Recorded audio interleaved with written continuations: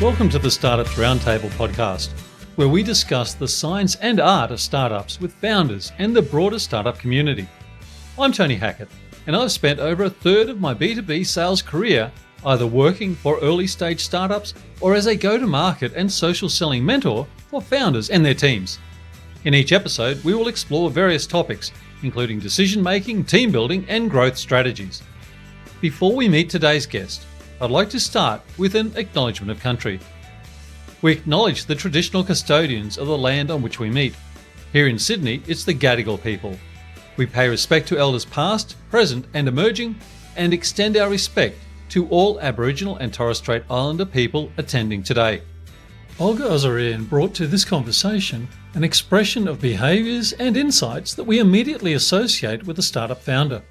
Being able to adapt to new challenges, being able to course correct, and to lead a team to new goals and outcomes in the face of adversity. Interestingly though, Olga isn't a startup founder, but she is a learning and development specialist who has moved her family from Ukraine through Poland to Canada and created a fresh start through an amazing mindset and a clear focus. I was inspired and educated from this opportunity to meet with Olga. I hope you are as well. So let's get to it and meet her now. Olga, it's wonderful to have you join me on the podcast. Just to get us underway, could you tell us a little bit about yourself and what you're up to right now?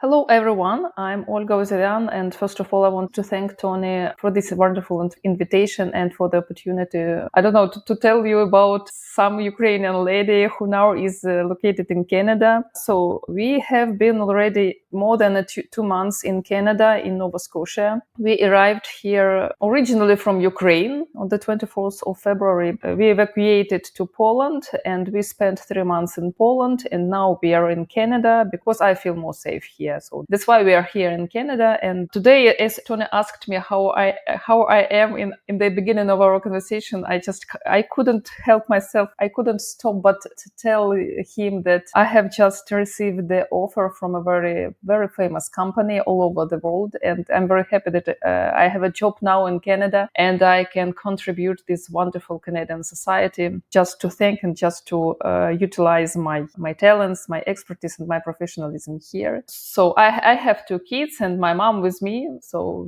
we are now in Canada and I'm happy to discuss anything we were planning. Olga, I'm so pleased for the success you've had in securing the role. And the podcast is the Startups Roundtable. And typically it's a conversation with founders who are starting their companies and the like. In amongst that, there are the behaviours and the experiences and I guess the learnings that come from starting your own business and to create your own startup. It feels to me as though the experiences that you have been having over the last months are very similar to a startup founder. I wonder if we could break it down a little bit and to speak to a few of those items. To start with, moving to a new country and to create a space for yourself and your family in a new geography. Could you share a little bit of what you had to go through to be in Nova Scotia, to be in Canada now, and the challenges and how you overcame those challenges? Yeah, very good question. Thank you very much. Yes, I absolutely agree with you. And even now, I write a lot of articles and posts about that. One thing, when you are well prepared to your new life, to your new business, and to your new changes. And another thing is that, as they say, we are living in a VUCA world, in a world with the total uncertainty and vulnerability. And so this is another thing when you didn't prepare at all to such a dramatic, big changes in your life. So you mentioned that as I'm a learning and development professional, so I consider myself to be a role model of how to show and demonstrate this learning agility in our life. And of course, unfortunately, we have this situation in our country. And exactly this approach that you told in your question, exactly this approach, that this is like a new job for me. This is like a new business for me. And my approach was just like a project management approach. Because, we spent 3 months in Poland and it was just like a dream. We were in shock. We were full of adrenaline and so on. But when I had an idea to move to Canada, I realized that I can't cry anymore. I can't afford any kind of depression anymore, and I should make up my mind and gather myself and move into Canada as a big project. So my approach was I should have a strategy, I should have a tactics, I should have idea and a roadmap, step by step, what should I do? And that's why we are here. So it was in June, March. Yes, my idea to move again, that was in March, and I had a lot of things to do, starting from the application to the visa. There are 4 of us. For kids, there are some peculiarities, how to get the visas for them. So first of all, it was visa, it was biometrics information, it was, and all that, it was in Poland, a lot of documentations, issues, tasks, and so on. So it was the first big steps. After that, I should have found the family here in Canada who could host us in Canada, because, for us, it is very difficult to rent a house from Europe in Canada. So I should find the family, and after that, I should find the tickets to Canada and so on. It is a really big project. And my confidence is that any kind of business idea and any kind of new activity, you should start not from only the idea, but from the accurate and very detailed planning, roadmap, project management, good stakeholders, and good agencies.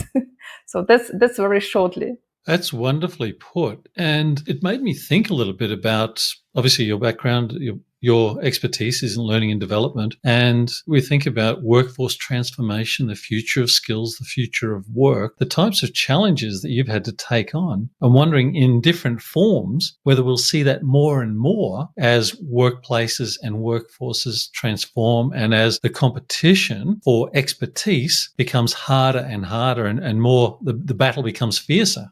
Well, what could I say here? When we went into the pandemic time in Ukraine, I was that person who rebuilt and rethink her career path and her profession. Because they say that we are going now through the big resignation. And it was exactly me who were thinking about what my careers look like now. So when all of us, we were starting work from home, I was thinking about what I want in my life ahead. So I decided to plan and to rethink what I want. And after that, yes, it was me who just rebuilt and rethink your career. And I switched during the pandemic time. I switched the industry I worked for, because before the pandemic, I worked for the big Ukrainian, it's not Ukrainian, it's German. Originally, it is a German retail company. And during the pandemic, I decided to try something new, because, sometimes I'm sure that each of us, we feel this kind of comfort that we are in. And I felt that I should try something new, something that they say that it is hard to reach, hard to achieve. And I switched to a tech industry. And I was lucky to find a wonderful job, learning and development. But in tech industry, it is totally another circumstances of work. So a lot of peculiarities and specifics in this job. But I was happy that I could achieve it and change industry in my work. So you are right that the world is constantly changing, and of course there is a higher competition in all areas of work. But first of all, we should compete with ourselves. That's my idea. That's my idea, because we shouldn't stuck in one industry for a long time, in one profession, because as they say, we should be multi-shaped, not only in our person, but in our profession as well, because a person is a holistic system, and all our hard skills, they help in our life, and our soft skills, they help in our profession. So that's my idea. If I understood your question properly. No, you did, and your point's very well made. There's also a greater onus on us all to be creating our own content as well. As you and I met through LinkedIn, and we both use it as a platform. Do you think that this new way of working and the new world of working, there's going to be a greater reliance for each of us to be producing content and publishing content?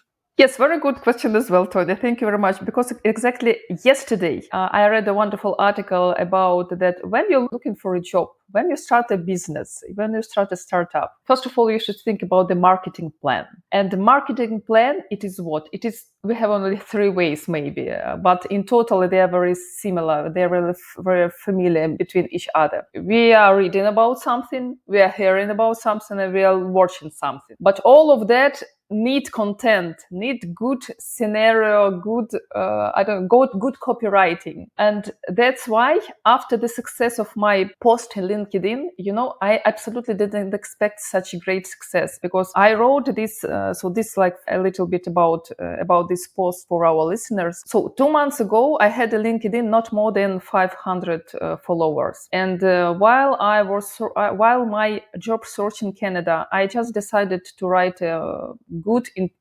introduction post about my expertise, just to develop my network in Canada. And during first 3 weeks, my post had more than 400 reshares, and now I have more than 2,000 followers. That's absolutely an unbelievable, incredible result. And this is the idea, this is the absolutely truth, that we should create content from each of us. Each of us is a brand, and each of us should have a plan, marketing plan, how to tell the world what we're about, what are our abilities, what are our skill set, so what we can do, what are our talents and our strengths, how the world would know about if we don't tell about it.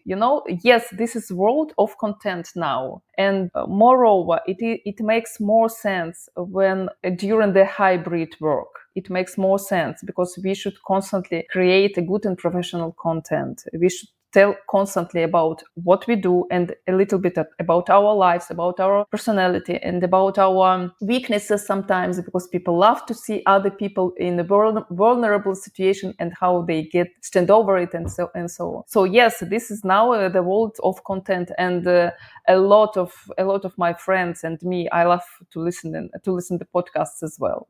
The personality point is a very good point, because it's too easy to be very guarded and almost over-curated about the way we'll actually produce content. But if we want people to get to know us and to understand us and to develop a relationship online, we do have to put our personality there in one form or another. Is video something that's been a big part of your content creation life?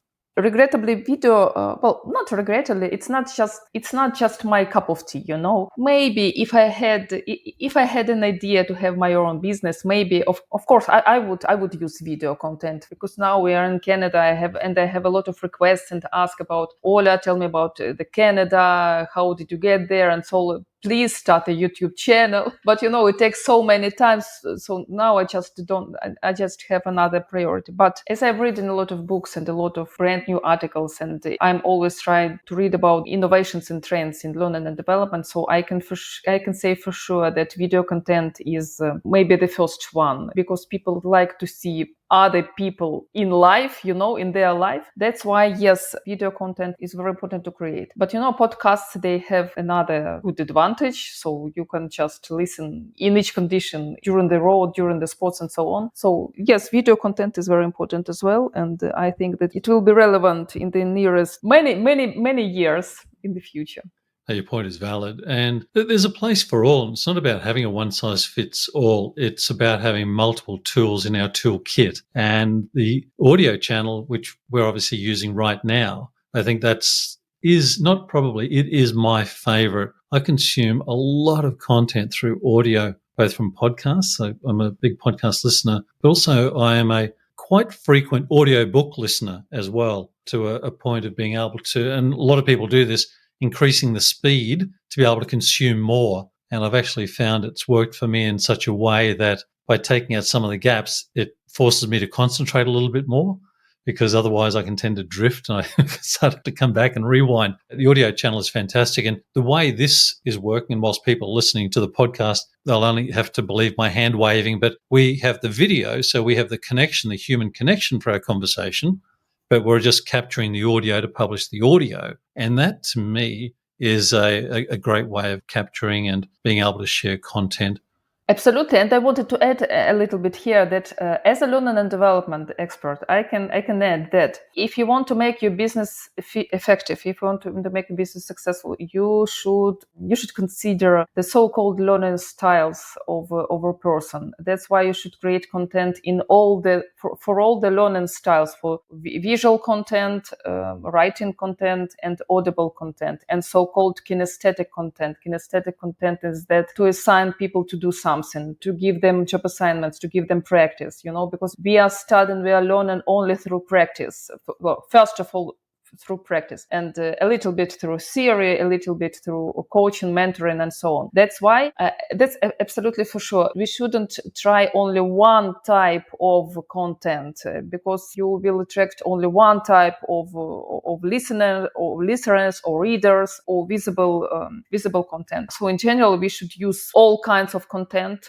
for giving the opportunity for people to choose. So, for example, I like to read, and I will read your content. I like to listen, so I will listen to your content, and so on. But you, as a business owner, you should have all kinds of content creation.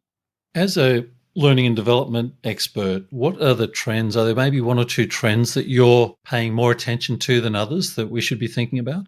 They say the learning and development is very hard to measure the impact on business. That's the first cornerstone, always discuss a lot and so on, that how you could measure the impact of your e-learning course, of your training and so on. So how can I touch it? How can I see the result? In the previous years, the so-called model of Kirkpatrick's learning measurement system was considered as the best model to measure the impact. But now, they say that it is a limitation for organization to use just one or two or even three models of measurement, learning, and development. So, we should look more and we should discover new methods how we should measure, how we should count this impact of the learning and development system on our businesses. So, of course, we should see how the level of knowledge changed, because why we are learning if our knowledge stays the same. So, first of all, the knowledge system should be better. Of course, we should observe, we should see the behavioral changes, because we are learning to change. We are learning how to change our behavior. We are learning how to act differently in the same situation, different situation. And of course, what is the final result? For example, I participated in the sales program, so my sales should be improved. So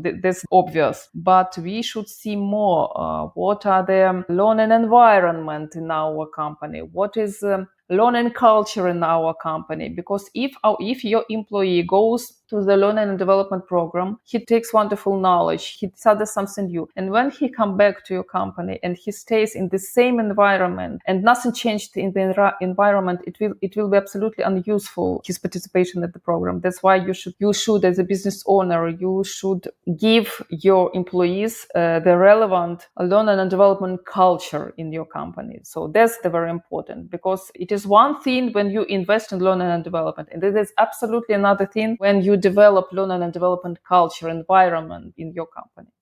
Olga, I think the complexity, if it wasn't complex before, now we have the complexity that's been driven by, I guess, a lot by COVID, and that is working from home, working remotely. But there's no guarantee that any two people are in the one place at the one time. If you're working 3 days a week in the office and I'm working 3 days a week in the office, there's no guarantee we're there the same 3 days. So the opportunity to learn knowledge online, we can do that anywhere, but the opportunity to learn from working in teams and face-to-face collaboration, that becomes a very tricky part of the equation. Yes, this is about building trust. And I know that there are a lot of investigations already.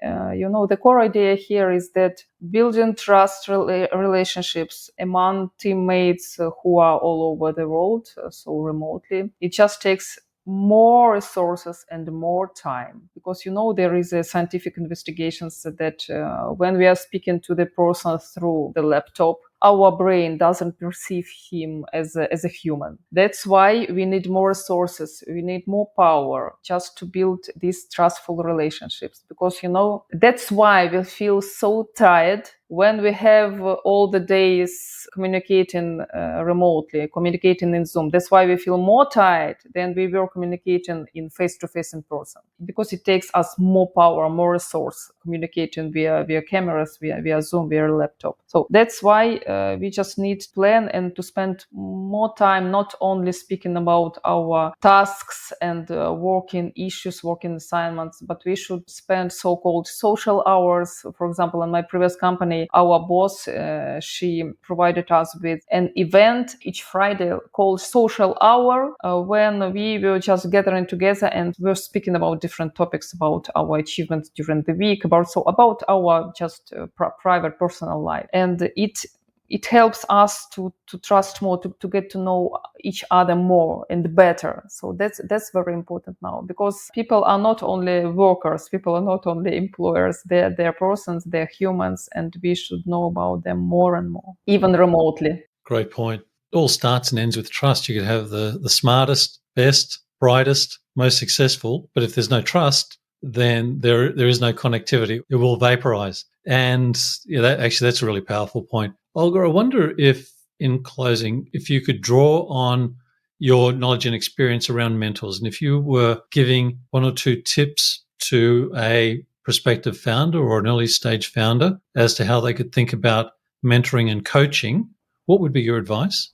First of all, for sure, you should develop your internal expertise in your company, in your business, even if it's small. What is internal expertise? Each company keen to hire the best of the best, as usual, But when they hire, usually they forget about that, who they hire, what are the stars they have in their teams. You shouldn't forget, though, what is internal expertise? You should have a internal resource, where all their experts are listed, and when it is mentioned who is each strength, who is strong is in what topic, in what expertise. You should create internally the mentoring system in your company, so that each employee could be mentor for another. That's in very simple words. But in parallel, of course, we should invite, if we don't have these good mentor for some topics, I don't know, for example, if you take analytical skills or critical thinking, for example, first of all, so for example, if my individual development plan, I have a competencies for development as a critical thinking or an analytical thinking, first of all, I should go as an employee to that internal platform, and I should see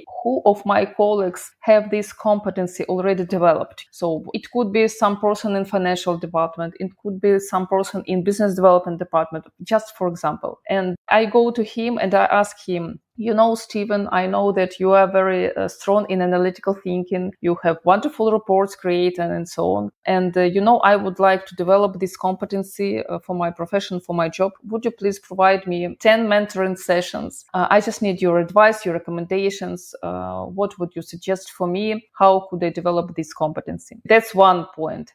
If we don't have, for example, such a person, so we go to the external market and we look for such expertise outside. So this is mentoring program internally and externally. So I want to say that we should never forget about this development guide, development option as a mentoring and coaching. So what would I recommend is that, first of all, to have this internal platform, internal mentorship program, internal platform that who is expert in which area, so that to provide the employees the opportunities to find who is strong in which areas, just to be the mentors for each other. But of course, you should have the facilitator for this program, because they can't just meet with each other to have a talk. They should have a plan, they should have a goal and the measurement tools and so on. And at the same time, you should have, employees should have the opportunity to go outside and to find such mentors outside. Because sometimes we need to develop out-of-box thinking and we need to speak to somebody else outside of our business. So that's my idea.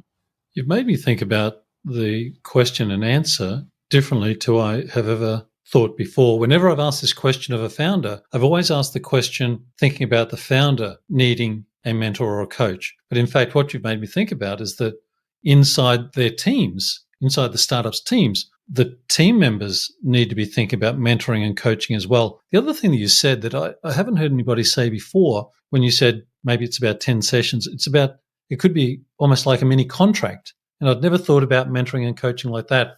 So thank you. You've shared a couple of things that have made me think about it totally differently to any way I have before. Olga, I think that we've covered a lot of ground. I've learned from the conversation. I really appreciate you taking the time. I couldn't be more happy for your hard-earned success and new role. And I know it'll be a tremendous outcome for you and your new employer and your family. But I wish you the best and thank you for joining me today. Thank you very much, Tony. I hope you enjoyed today's episode. Feedback is always welcome, and I would appreciate introductions to potential future guests to invite onto the podcast. But that's it for today. Thanks for listening, and bye for now.